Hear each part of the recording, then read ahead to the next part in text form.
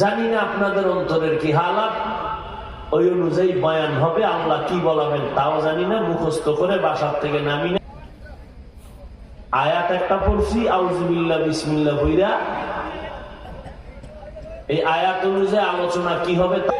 দেশ নিয়ে ভাবলে এক ঘরে কারেন্ট থাকবে, আর এক ঘরে থাকবে না কেন?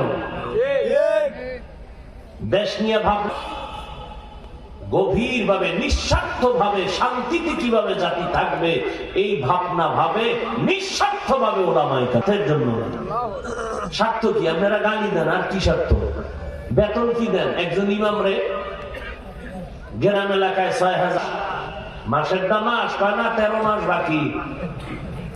সভাপতি ওই যে শিয়ালের রাতে মুরগি, এটা মেরুদণ্ড দিলেন।